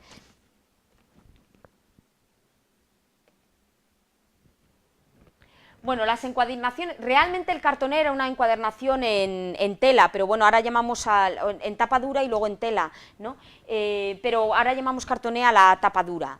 que es lo que os decía, la ceja que puede quedar o no en el cartoné. Las encuadernaciones en cartoné van siempre con el cuadernillo entero, ¿vale? Por el lado del lomo. ¿Por qué? Pues porque las encuadernaciones en cartoné, el lomo es móvil. Es decir, si yo abro el libro, el lomo está articulado, queda, bueno, voy a abrirlo ahí, es articulado. Ahí queda el hueco y se va moviendo según, uy, qué difícil es enfocar aquí, ahí lo veis, ahí lo veis. Se va moviendo así, bien. Por eso tienen que ir todos los cuadernillos unidos, porque tienen que ir cosidos, ¿vale?, para que el libro no se desarme. Y como van fijados a la tapa, veis aquí, este por ejemplo tiene ceja, ¿vale? ¿Cómo van fijados a la tapa? Pues por estas páginas de aquí, que se llaman guardas. La guarda tiene un gramaje lo suficientemente potente como para aguantar, por un lado, el ir pegada a la tapa y por otro lado, ir unido a las tripas. Por eso suelen tener un gramaje. Y ya aprovechamos y ponemos pues un color bonito, un diseño, una marca de agua, lo que sea, lo que queramos, o no, también podemos. Luego puedes hacer inventivas, porque también en la encuadernación rústica a veces ponemos lo que llamamos falsas guardas. ¿Por qué las llamamos falsas guardas? Porque imitan perfectamente una guarda, son de otro color, a veces hasta son de otro papel estucado, que eso se monta aparte cuando el libro no es, pero no tienen una función estructural, no aguantan el peso de la encuadernación. Ahora veremos por qué. Estas tienen una función estructural, las guardas de la encuadernación en tapa dura. La encuadernación en tapa dura, bueno, aquí un poco lo que os guste. Tradicionalmente era una encuadernación más de lujo, pero es verdad que ahora hay verdaderos fans de incluso libro de bolsillo, que tradicionalmente es una rústica de tamaño pequeño, que se utilizaba pues para abaratar costes, ¿no? Pero ahora hay verdaderos fans y verdaderas obras de arte, entre las que me incluyo también, del libro de bolsillo, y es lo que pasa con estos tiempos, que lo que empezó siendo uno como elemento de lujo, ¿no?, pues el lujo también lo concebimos ahora de otra manera diferente, ¿no? No de una forma tan estricta o tan limitada como antes se concebía el lujo. Bueno, la encuadernación en rústica sí que tiene dos posibilidades, porque podemos tener los cuadernillos, esto va a ser difícil que lo veáis en casa, pero podéis buscar en casa libros que tengáis, ¿vale? Podemos tener los cuadernillos y ver, no va a ser difícil que en casa lo podáis distinguir. ¿Cómo se ve ahí? Que está cortado, fijaos aquí cómo se ve que está cortado, ¿vale? Está fresado junto a la goma, ¿vale? Cuando os dé, ahora cuando lo comparéis con uno que tiene cuadernillos, a ver cuál tengo por aquí que tiene cuadernillos, este. Os lo enseño aquí, buscad en casa uno que tiene, ¿veis ahí con la forma de los cuadernillos en la goma? Vale, pues fijaos cómo al comparar sí que se ve, ¿vale? Puede estar el cuadernillo entero y eso que veis ahí es la goma que pega, que fija las tripas a la tapa, ¿vale? Tapa blanda en este caso porque es rústica. Y el otro iría fresado. Claro, aquí, ¿qué es fresar? Bueno, pues cortar justo este pico del cuadernillo, de estos cuadernillos que teníamos aquí, pues cortar justo esto. Esta sería la perspectiva de tenerlo así y decir, corto por aquí. Y ahí lo que pones es la cola.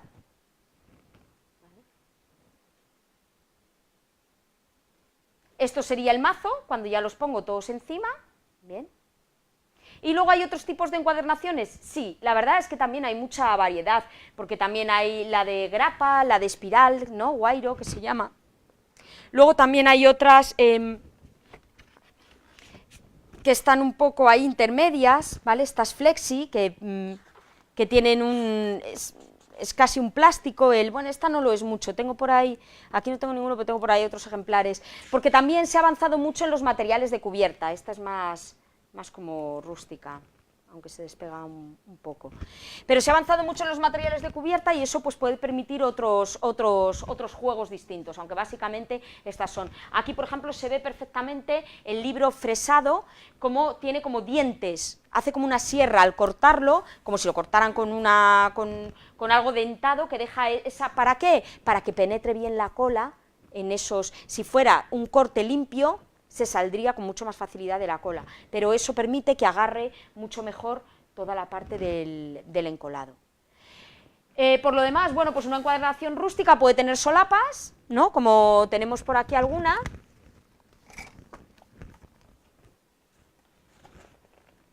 Bien. La encuadernación en tapa dura no tiene solapas, no puede tenerlas. Y luego otros elementos pueden tener, sí, la faja, la camisa. Normalmente a una encuadernación rústica no le ponemos camisa, aunque bueno, todo se puede ver. De hecho, Austral sí que tenía, en las ediciones antiguas, en rústica, tenía una cubierta que prácticamente tenía el recuadro de, como en un marrón dorado, sobre una cartulina crema, blanco crema, y el animalito, el símbolo de Austral. Y luego tenía una camisa que, en función de la colección que fuera, pues era como a puntos, azul o marrón o verde, dependiendo de la colección que fuera. Y ese libro, por ejemplo, sí que era en rústica y tenía la camisa. Se ve que el elemento diferenciador realmente de la colección lo hacían en papel, lo tiraban en camisa, y el libro pues tenía una cartulina fina, pero no es muy habitual una rústica con camisa. Algunos casos se ven, pero no es lo habitual. Es más habitual en la de tapa dura, pues para proteger. Haces la tapadura y en la camisa pues a lo mejor brillos, tal, y das pues una imagen más potente o ese tipo de... También se ha avanzado mucho y hay virguerías en los materiales que podemos aplicar a las cubiertas, pues con relieves, o el barniz UV con brillos o con otro tipo de texturas, ¿no?, que hacen que llamen la atención o que brille más y que podemos aplicar a las cubiertas. Bueno, vamos un poco con los tipos de impresión. La impresión que decíamos offset es una impresión indirecta, ha sido la impresión estrella durante pues todo el siglo XX, y en el siglo XXI pues lo que pasa pues que le han salido competidores, ¿no?, a la impresión en offset. Antiguamente la impresión en offset tenía un paso intermedio, que era, lo llamaban fotomecánica, que bueno, implicaba la elaboración de fotolitos, y a partir de esos fotolitos insolados, pues unas planchas que son las que se montaban en estos cuerpos de impresión de las máquinas offset. Las máquinas offset pues tenían pues los 4 CM y K, que son los colores en los que imprimimos, las tintas planas en las que imprimimos, cian, magenta, yellow del amarillo, y K, que es el negro registro, porque hay un negro que es la suma de todas las tintas, ¿vale? Pero el negro que utilizamos para el texto es un negro que es K, negro registro, ¿vale?, otra tinta distinta. Un cuerpo por cada uno de esos colores, y el papel va pasando, los rollos entintadores van pasando por el rollo que tiene la plancha, rollo entintador, y se lo pasan al rollo de papel y el papel va pasando. Impresión indirecta porque entre la plancha que tenía el contenido que había que imprimir y el papel había siempre un rollo, que es el que lleva la tinta, no se tocan, esos dos rollos no se tocan. Por ejemplo, cuando tenemos un sello de caucho, lo hacemos directamente, donde está la tinta y el mensaje se plasma en el papel. Eso es lo que no ocurre en la impresión indirecta. Bueno, pues este sistema estrella, que se mejoró a principios de, bueno, yo sobre todo lo he conocido también a principios del siglo XX, con el CTP, que es el directo a plancha, computer to plate, que supone que eliminamos la fotomecánica. Cuando yo empecé todavía había fotomecánicas y trabajaban ahí a pleno rendimiento. Yo he hecho correcciones en fotolitos y todo, pero poco a poco fui viendo cómo se arrinconaban, ibas a una imprenta y las tenían en un lado, ya trabajaban muy poco con eso, casi todo lo hacían con directo a plancha. Luego empecé a ver lonas encima de las máquinas, ahí las sacaban a otro lado, las amontonaban y finalmente se las llevaron. Ya debieron decir, esto no lo vamos a volver a usar nunca más, y la fotomecánica se extinguió. ¿Qué ocurre con el directo a plancha? Pues que es una impresora potente, especial, que puede imprimir en materiales en los que se imprimen esas planchas. ¿Y los materiales de las planchas? pues de lo más variado, desde lo súper económico hasta planchas durísimas para tiradas pues brutales, ¿no? De poliéster, de PVC, de aluminio, ¿vale? Diferentes, bueno, de PVC no lo sé, pero diferentes materiales. Las máquinas, decimos, tienen los 4 cuerpos, pero luego las máquinas llegaron a tener de todo, porque tú puedes meter 10 cuerpos, puedes meter pantones en otros cuerpos, ¿no? Que son tintas de carta, que vienen ya mezclados. Es diferente tratar de lograr un tono con una composición, con que le digas a la máquina, pon tanto de amarillo, tanto de azul, tanto de magenta, que decir, pon este color. Es como ir a pintar en casa las paredes y comprarte tú los tintes y la tinta blanca y tratar de hacer ahí que siempre te sale un tono salmón o un gris horroroso, ¿no? Que no hay manera de, cuando lo pintas dices, ay Dios mío, o ir y comprarte pues la carta de color de Bruguera o de tal y decir, el color Nepal, no sé qué, o el color tal, ¿no? Que es bonito y que da tal cual tú lo ves, ahí no hay sorpresas. Bueno, pues esos colores de carta que ya vienen mezclados, que son tintas que ya vienen mezcladas y que quedan tal cual. Bueno, pues estas máquinas tienen cuerpos para meter esas tintas, para meter barnices, para meter otro tipo de acabados, ¿no? Desde el principio que no tenían, pues ahora que ya tienen de todo. Bueno, ¿en qué se ha quedado la impresión en offset? Bueno, pues grandes tiradas grandes, de 1000, pues te pueden hacer menos, pues depende un poco de la imprenta, porque tampoco compensa, a lo mejor poner en movimiento una máquina para un determinado número, no compensa porque en realidad gasta más el iniciar la tirada que lo que puedes amortizar en esa... Y la plancha, que claro, es más barata hacerla ahora, pero también tiene su coste, ¿no? Aquí lo que han surgido son competidores, como por ejemplo la impresión digital. La impresión digital es una máquina, una impresora, pues con los mecanismos de las que podemos tener en casa, pero profesional. Entonces son capaces de imprimir mucho más rápido, adaptada en formatos y que permiten pues hacer tiradas mucho más pequeñas. Con unos costes, no hay planchas y con unos costes, pues porque la máquina cuesta menos dinero arrancarla y colocarla. Y con unos costes más bajos, pues puedes hacer tiradas mínimas. La impresión digital admite ya, bueno, hay diferentes tipos de máquinas de impresión digital, el mercado en esto, pues también cada imprenta pues ha adquirido una, apuesta por un sistema, pero bueno, estés prácticamente donde estés, la cantidad de papeles que puedes poner, de acabados que tienen esos papeles, es tremenda. O sea, antes se decía, uno de los problemas de la digital es que, claro, la calidad con respecto a la offset. Ahora la verdad es que la calidad en digital y las posibilidades creativas en digital son muchísimas, ¿vale? Se ha avanzado muchísimo en muy poco tiempo, desde que ha salido pues se ha avanzado muchísimo. Hay otra forma un poco más, que es la impresión bajo demanda, libros a la carta, en la que son máquinas que permiten, que compensa la producción de un solo ejemplar. Están pensadas para optimizar en un solo ejemplar, y el resultado es que te sacan el libro así, tal cual. Este sistema, que aquí en España lo vemos más reciente, aunque yo empecé a oír hablar, ya hace tiempo empezamos a oír hablar de ello en el mercado americano, ¿no? Pues ahora, pues la verdad es que está ganando, ¿a manos de quién, por ejemplo, está ganando mucha popularidad? Pues Amazon, efectivamente. ¿Qué es lo que permite este sistema de impresión? Bueno, pues ha revolucionado también, en cierto modo, la distribución, porque una de las cuestiones es que en realidad tú no tienes por qué tener stock. Puedes tener o poco stock haciendo tiradas pequeñas en digital, o puedes decidir no tengo stock. De hecho, es como se mueven las plataformas de autopublicación y de venta digital, como Amazon. Sin ningún stock, cuando hay una orden de compra, empieza toda la cadena de producción. Lo que hay es el trabajo de edición, porque el libro está ya en la base de datos y montado para pasar a la máquina, ¿vale? Y el libro está editado y maquetado y todo. Pero la impresión es directa cuando se solicita. No sé esto a dónde nos puede llevar, pero si pensáis las implicaciones, pues desde que las editoriales pueden consistir en una base de datos y una máquina, o las librerías, no sé, o que puedas comprar los libros como compramos las Coca-Colas en un...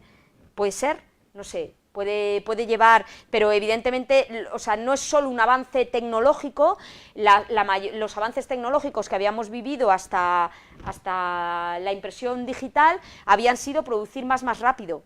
Era básicamente lo que había, las máquinas más rápidas, las máquinas con más calidad, producían más, podían estar más tiempo trabajando, eran más rápidas y sacaban tiradas más grandes, más grandes, más grandes en menos tiempo. Pero eso acumulaba, pero no suponía un cambio revolucionario, pero es que esto cambia todo. Afecta a la distribución, afecta a la concepción de todo el proceso, afecta también a quién puede acceder, cualquiera puede acceder a hacerse un libro en impresión bajo demanda, si no tienes que adelantar dinero. ¿Que vendes uno? Pues ese, de ahí te llevas los... No tiene absolutamente nada que ver, o sea, el cambio es revolucionario en todos los niveles. Aquí sí que es verdad que en la impresión bajo demanda ya tenemos ciertas limitaciones. Ya no es, pero todo a lo mejor se andará, pues son ediciones en rústica, ¿vale? La impresión pues con solapas, pues bueno, muchas veces no está activa, las limitaciones, pues, pero muchas de estas limitaciones también pueden tener que ver más con la estandarización que persiguen ciertas plataformas que a lo mejor con la posibilidad tecnológica de sacarlos, ¿no? Que también nos podríamos llevar alguna sorpresa, pero evidentemente, pues llegará, todo llegará.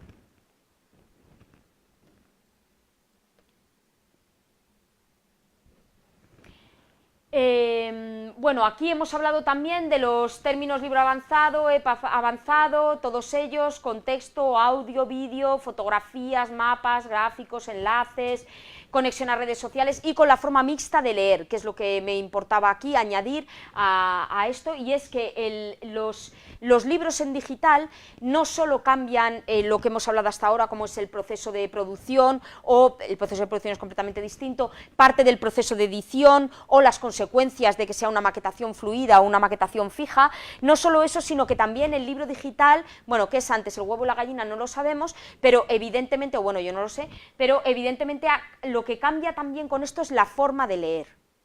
Hay algunos libros, por ejemplo, que sin llegar a ser digitales sí que interaccionan con medios digitales, a través de determinados, esto podría ser un poco el inicio, por ejemplo, los códigos QR, ¿no? Tú puedes tener un código QR metido en un libro y estás leyendo con el móvil. Lo cierto es que hay mucha gente que sin tener un libro adaptado a eso, lee con el móvil, porque está leyendo, ¿y esto? Y busca en el móvil. Igual que vemos la televisión con el móvil, igual que hacemos todo con el móvil, ¿no? Sí, son formas de leer diferentes. Incluso, fijaos cómo la televisión también ha interaccionado con las redes sociales y a lo mejor estás siguiendo el final del capítulo de la serie que ves en Twitter y te están diciendo, ¿va a cambiar, no va a cambiar? ¿Para dónde quieres que vaya? Sí, no. Y estás de alguna manera interactuando con esa serie, ¿no? que se está produciendo. También ahora, evidentemente, es un público muy joven al que va destinado, pero las series, los personajes de las series tienen perfiles en las redes sociales, ¿no? Bueno, esta interacción entre la realidad virtual o digital y la realidad tradicional, analógica, a la que estamos acostumbrados, se está difuminando. Y lo que es un personaje pasa a tener una vida real en las redes, ¿no? Y la forma de lectura pues es igual, se está mezclando con la televisión, con las redes sociales, con todo. Si eso lo hacemos ya con un libro en papel, pues imaginemos las vinculaciones que puede tener pues con un libro digital, que puede ser perfectamente acoplable a pasar directamente con un enlace. Si todos estos dispositivos tienen conexión a internet, en tu tablet te conectas a internet, pasas del libro a un enlace que te lleva a una red social o a un vídeo o a YouTube o a lo que sea, ¿no? Y en esa interacción, que a la gente joven le parece absolutamente, gente más joven que yo, le parece completamente natural, pues algunos de mi generación pues también pues no lo perciben de la misma manera y lo siguen viendo como mundos separados, pero yo creo, por lo que veo en los más jóvenes, esto lo ven de una manera completamente distinta, con una naturalidad de flujo de un formato a otro, de la realidad a la ficción y de la ficción de lo virtual a lo tradicional, lo analógico, brutal. Bueno, y la distribución. Pues tenemos, por un lado, una distribución tradicional, que son las distribuidoras. Ahora también hay distribuidoras de muchos tipos, porque hay distribuidoras, las grandes, inmensas, enormes, que evidentemente te van a exigir una tirada altísima, porque si tu ambición es repartir, por ejemplo, en todo el territorio, pues tendrás que tener una tirada alta, sino que te van a colocar un libro en cada ciudad, a que haces un libro por capital de provincia, y como lo compren ya, te tienes que ir a la provincia de al lado, no tiene sentido, ¿no? Entonces, si quieres abarcar toda esa distribución, pues tienes que tener ahí un stock que lo facilite, pero luego hay otras distribuidoras, sí que es verdad, cada vez más pequeñas, que pueden trabajar perfectamente con tiradas más pequeñas digitales, y el mercado se está diversificando mucho, porque también hay mucha editorial que es más pequeña, y trabaja con un público, pues, menor, más cercano, y hace tiradas más.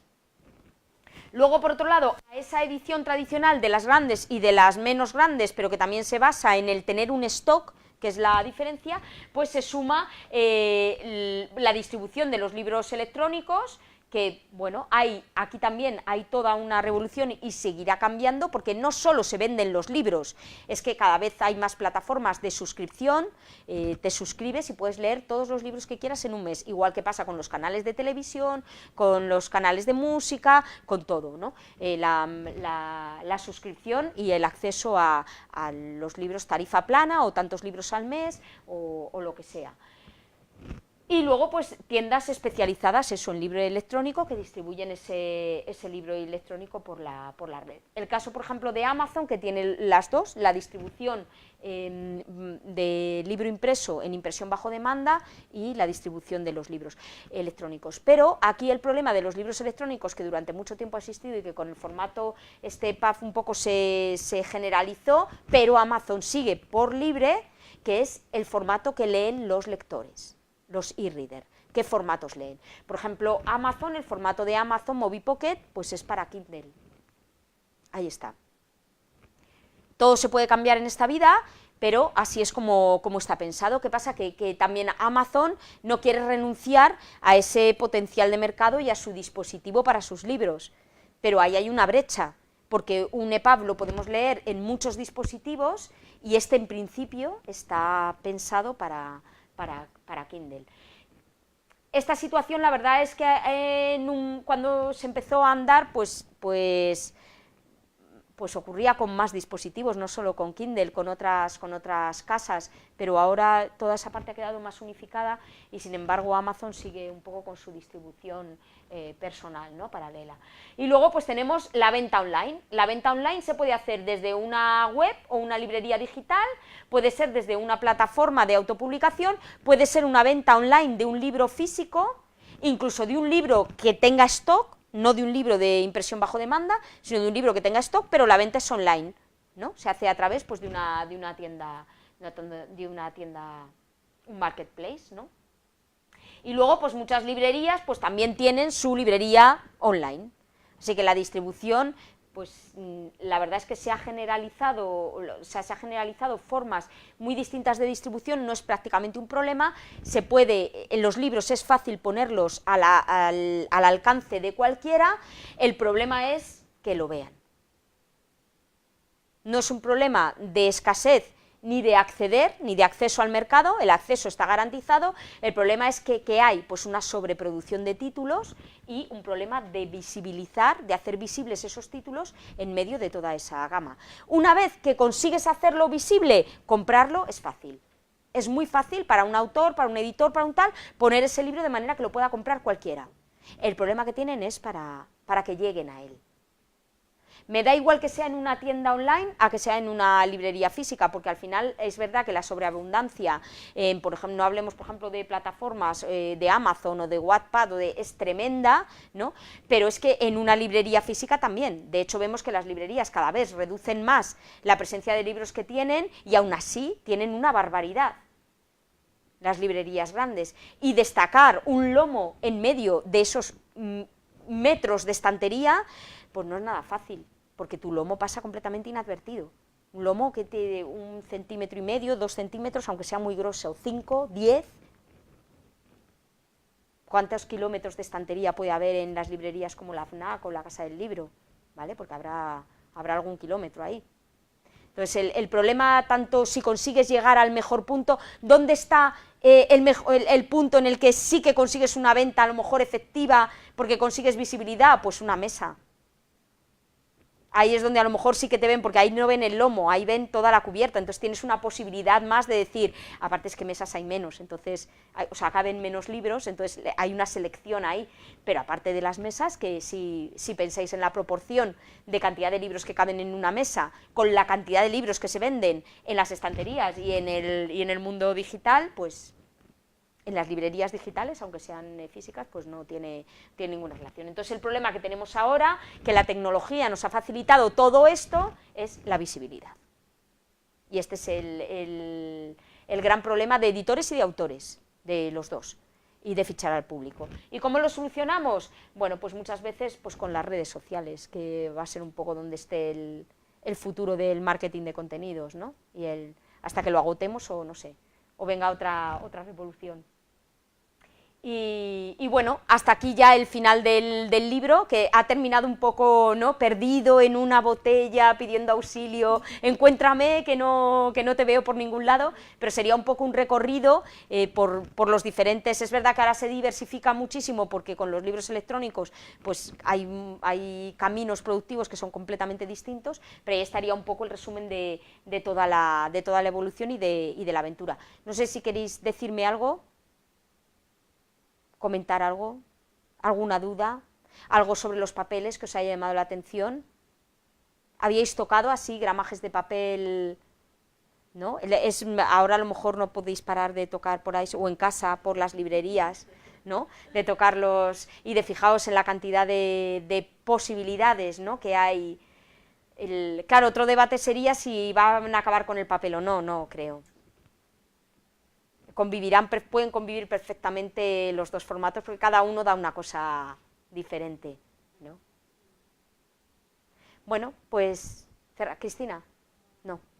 Bueno, pues nada, cerramos, un placer teneros aquí, un placer en casa, y bueno, nada, hasta la próxima, y que lo paséis bien. Digo ya.